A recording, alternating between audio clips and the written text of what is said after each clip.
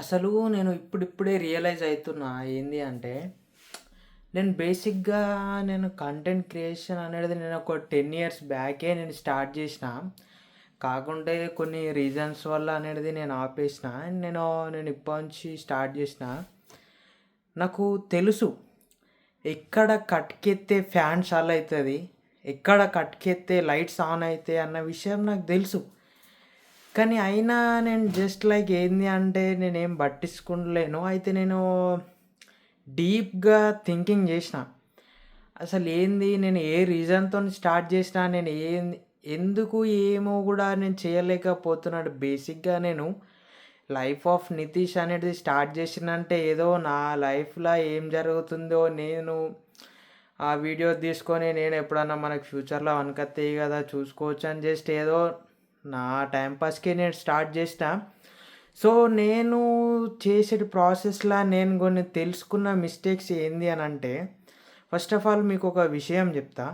ఎప్పుడైనా గానీ అందట్ల కన్నా డిఫరెంట్ ఉంటేనే మనకొక వాల్యూ ఉంటది అని నేను చిన్నప్పటి నుంచి నమ్ముతా. నేను నేర్చుకున్నది గూడా అదే.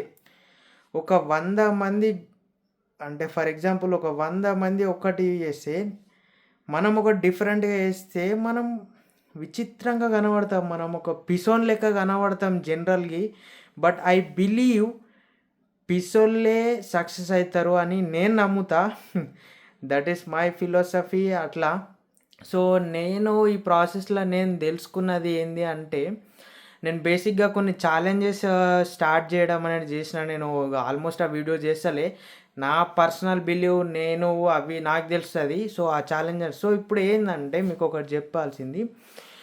నేను నా వ్లాగింగ్ చాలు చేసినా నేను బేసిక్‌గా బయట ఎందుకో వ్లాగ్స్ తీసేతందుకి పబ్లిక్‌లల్ల నాకెందుకో కంఫర్ట్ అనిపిస్తలేదు.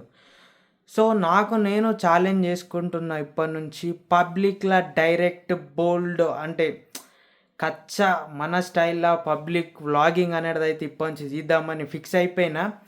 సో, మనకు కెపాసిటీ ఉన్నది. అయినా గాని మనం ఎందుకు చేస్తలేమనేది నేను సో, డేవిడ్ గాగిన్స్ మైండ్‌సెట్ మనకచ్చినంక ఎట్లుంటది? దేత్తడి పోచమ్మ గూడా ఇప్పటినుంచి పబ్లిక్ వ్లాగింగ్ అనేది చేస్తా, మీకు చూపిస్తా అది సంగతి.